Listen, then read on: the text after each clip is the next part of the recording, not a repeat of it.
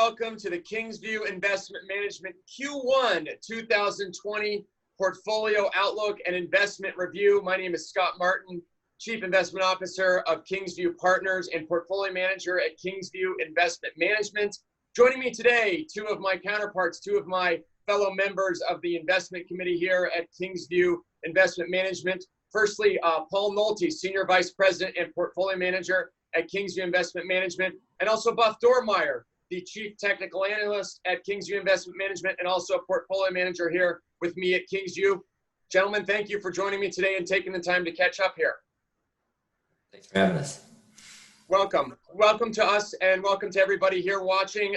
Today we're going to go through a couple interesting things. We're going to go through a quick review of the markets and the economy and some of the machinations in the market, certainly over the last quarter, which has felt like a little bit longer period of time as we've been into quite a volatile period and quite an exciting and quite a tumultuous period, and talk about what kind of happened more so in Q1, maybe towards certainly the outbreak of the coronavirus and some of the economic data and some of the other things that we've been watching the last couple months, talk about some of the goings on with those data points and those events, and then also look forward to Q2 and beyond, the second quarter that is in 2020, and talk about some of the things that we're watching here at Kingsview Investment Management that might affect your portfolios and such going forward as we go through the rest of the year and possibly move on and take some steps forward as of getting out of, say, some of this volatile market environment that we've been in the last several weeks. So with that, Paul Nolte, you're up first here. Talk to us a little bit about what we saw maybe coming into Q1 and what we started to see towards the end of Q1 and how that affected some of the trades that were out there. Oh, yeah, it was the first quarter was really the whole year, if you will. We came into the first quarter thinking things were very strong. We saw very good employment numbers. Weekly jobless claims numbers were great. Everything that we were looking at was indicating actually that the Fed might even be increasing interest rates for the pace that we were at. And then once we got into the coronavirus, is it serious, not so serious? What should we be doing? And as we saw the news events unfold fairly quickly, that narrative changed very fast. And so now we're looking at probably the worst employment numbers that we're going to see probably since the Depression, certainly since 2008. GDP probably contracting at anywhere between 5 and 10%, maybe more than that. And the markets are now starting to look at beyond that. What are we going to be doing now for the next quarter? So we're going to be seeing earnings numbers show up starting next week. We're going to hear a lot from companies. Some companies have stopped their dividends. Some of them have withheld their guidance. So we're kind of in a black hole, I think, until we get to probably the beginning part of May. And that's when many of the states are going to, at least from this point, allow people to start going about their business and starting to get things going again. So we're going to find out, I think, probably in another month and a half, mid-May or so, how we start coming out. So I think a lot of the numbers, unfortunately, that we're going to see are going to be very ugly, but I think are going to be discounted a lot because, well, we're in the middle of it. Things are going to get better. Now the discussion is the recovery. What letter are we looking at? Are we looking at a U, V, W, or an L? And I think those are the next steps. Sounds good. And that's interesting about the alphabetizing of the pattern here, because that's something that has been really on the forefront of investors' minds is what is this going to look like? And I agree with you wholeheartedly. We talked about this at our investment committee meetings, which we do every couple of weeks here at Kingsview Investment Management, which is this is becoming more of a psychological market, which is why I'm excited to have Buff Dormeyer up next here to talk about some of the things that are really going on behind the scenes in the charts that you're seeing, Buff, that might be certainly worth talking about as we look at the end of quarter one in 2020, but also let's talk a little bit about kind of what we're kind of seeing set up here, given that we're in the new quarter, and how some of those technical indicators are telling us investor psychology is being affected by the goings on. That's right, Scott. The most significant technical event watched by market participants occurred the week ending February 28th, when the S&P 500 broke its uptrend, represented by its 50-week moving average at 3,025.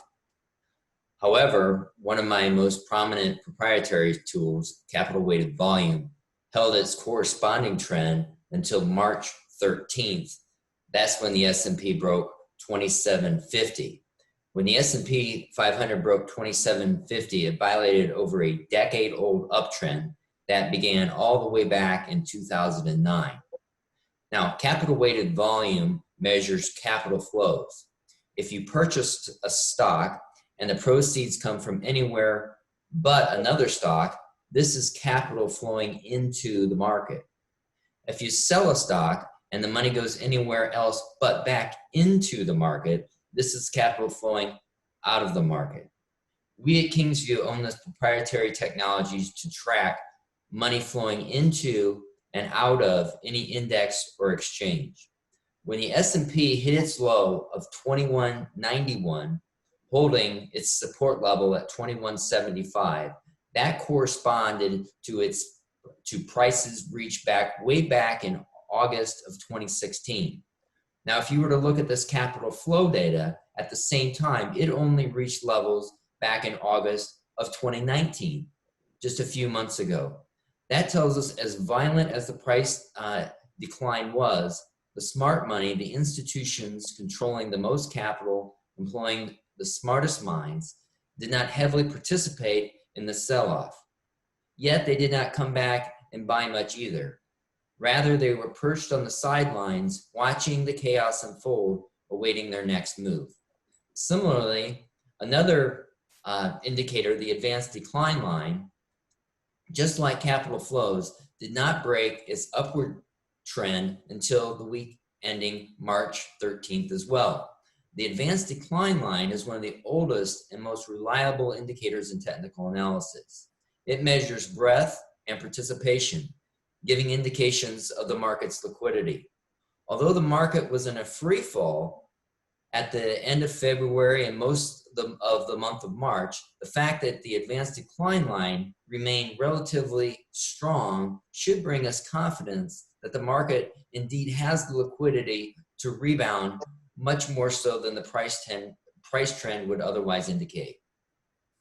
Great, thank you, Bob. And that's very interesting to me to look at those indicators because, like we finished up with Paul in his previous comments, this is one of those really, I guess, unique situations, guys, where this is a psychological situation that the market's in via Buff. A lot of the things you talked about on the advanced decline lines and some of the price volume indicators, as well as Paul, you mentioning the backdrop of the fundamentals, which leads me back to you, Paul, and talking about the next upcoming catalyst for the quarter. We've got, I think, in my belief, a very important quarter ahead of us, both economic data speaking and certainly in earnings as far as what we can get as far as indications of the future. So, Paul, with respect to the next catalyst, let's say that's big for the markets on the more fundamental side, what do you see happening there?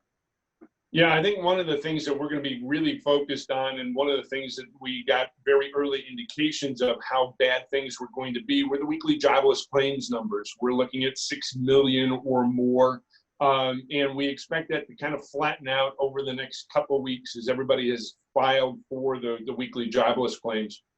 What's going to be interesting for us is going to be taking a look at what happens in May. And as we get into mid to late May, see what happens with those numbers. Because as you say, it is psychological. So now that I'm free to move about the country, am I going to go to the bar? Am I going to go to the movie theater? Am I going to jump on that plane? Or am I going to be kind of cautious about what I do? So maybe I don't go out right away, or I slowly come back into the economy, which means the employment hiring process might be a little slower than we think.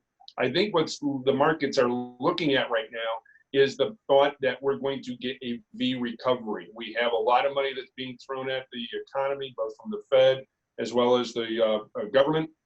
What happens with all of that money? Where does it go and how does it flow? And I think really those are going to be the early signs for us to see what happens as far as the economy goes. The employment or the numbers that we get from corporations, the quarterly numbers, we're not going to really focus on until we get into probably September, October. And then I think we're going to get some guidance. I think guidance is going to be off the board. So it's going to be very difficult to understand where companies are right now as we're really locked down, not just in the United States, but around the world. The only place that we can really look right now for any glimmers of hope is really the Far East. So China, Taiwan, et cetera, they've already come out. So that's really, I think, the boilerplate, or at least the roadmap that we're going to be looking for over the next 3 to 4 weeks. Yeah, I agree. And I think it's interesting to consider what the market has kind of already factored in, gentlemen, with respect to some of those data points and how bad or how misleading or how just not leading at all, whether it's misleading or not, how not leading at all some of those data points could be. So with that thought process in mind, Buff, back to you, talking about some of the proprietary price volume indicators that we have and some of your proprietary research that you look at. What's your next catalyst on more the technical side when it comes to, say, the S&P 5 or other indexes that are out there that we're looking at for some direction here in Q2? Well, as a technician, Scott, I want to follow the smart money and mimic their behaviors as quickly and as accurately as possible. In coming out of a bear market, one of the best signs of institutional buying is volume thrust days. That's where the upside volume dwarfs that of their downside volume of a ratio of 9 to 1 or more. This is particularly evident when you have a cluster of grouping of such days. Such an event occurred mid and late March, and another cluster just occurred again in this first week of April. 2750 represents now significant support. That was our former resistance point. The bulls need to hold this level now. The next support, should that level be violated, would be 2450. To regain market trend in the S&P, it needs to get back above 3,000, preferably 3,025. However, both capital weighted volume and the advanced decline line are on the cusp of crossing back over their trends already. The VPCI V bottom on the spider occurred March 4th. The VPCI V bottom on the S&P 500 index occurred March 19th. And we just received the VPCI V bottom again on this weekly spider this first week of April. And the weekly V bottom on the volume price confirmation indicator on the S&P 500 is also very, very close to a capitulation bottom as well. The next upside target on the S&P would be 3,025, which may mean that life is returning back to normal. Great, and thank you, Buff. And the spider being the SPY ETF, which tracks the S&P 500, as well as some of the other indicators you mentioned in there are also further described in our Q1 economic commentary piece, which is on release now too. So check that out too as we dive more into those indicators, because Buff, they're absolutely fascinating, and I absolutely love reading about them and hearing your analysis, because this is a wild market with a lot of volatility and a lot of levels in play. So with that said, Paul, as we just kind of tie up here, kind of the last topic just to discuss amongst us is, what do you believe, Paul, is our best case scenario as we come out of this? You talked about maybe some of the strife that the markets will have, or at least the data, let's say, will have in Q2. What are we looking at maybe as a best case scenario as we look for, say, Q3 and Q4, as far as a return to certain levels of economic data, as far as growth and better looking numbers? Yeah, you're right. And then, as I alluded to before, the weekly jobless claims is going to be important. We want to see that turn down. We want to see the unemployment numbers that we get on a monthly basis turn down. Because we are such a service-oriented economy, we really want to see service numbers pick up. We want to see the jobs coming back. We want to see the people coming back and working. We want to see retail sales also picking up. And really, the focus on retail sales, not so much the big box, but more the restaurant, the bar, the travel, that type of activity that indicates to us, at least, that people are starting to move about the country and starting to go about normal business activity. So those are a couple of the data points that we're going to be looking at. Finally, I think is one of the things that we've been looking at, watching all along here, is the virus growth. And so it's going to be coming down to more of a medical issue. Do we get a vaccine? Do we have some solution on the medical side that may prevent a reoccurrence, which is a concern for a lot of people, maybe back in the fall. So not only will we be watching the economy, but we'll be keeping an eye on the medical field as well for hopefully some good news there. Sure, you're a good man, Paul. I didn't expect you to go to the medical side, but that was something I kind of didn't think about with respect to, of course, having the flattening of the curve, to overuse that term once again, and having a medical solution, albeit vaccine-related or therapeutic. Absolutely, 100%. I think I can speak for all three of us when I say that I hope that that's something that definitely occurs sooner than later. Buff, just quickly, as we're kind of running out of time here, anything with respect to some targets? You mentioned already some numbers, but is it fair to say the best case scenario workout is a return to new highs this year, or anything else you'd like to add as far as color on that end? So right now, I think a lot of people are just wanting to maintain where we're at, and that's so the level to watch is that former resistance level of 2750. The bulls need to hold that level. If it breaks, the next level below that is again 2400. To really get back into that old over decade-old channel, we need to get back above 3025. If we can get back into that level, things as far as the market are returning back to normalcy. After that, we're looking at 32 to 3300. There's more resistance, and then of course the former all-time highs. Yeah, there's no reason why the market can't go to see new highs. If this economy roars back, and we may look back at 2020 as the year we missed a quarter. And I think that would be a great case scenario. And if that's the case, if we look at things now, we look where interest rates are, we look at how much money is coming in from the Fed, we look at the improvements that we're making as far as technology. Hey, it's possible that we're in a better position now than where we were when we first went into this. That's a really interesting take, and a great positive one, I think, to end this on is the constructive nature of something like this. I agree with you, Buff. Doing this position and being investments and a portfolio manager for 20 years myself, and I know you guys have similar experience, it's always somewhat helpful to think about the plus side of a washout like this.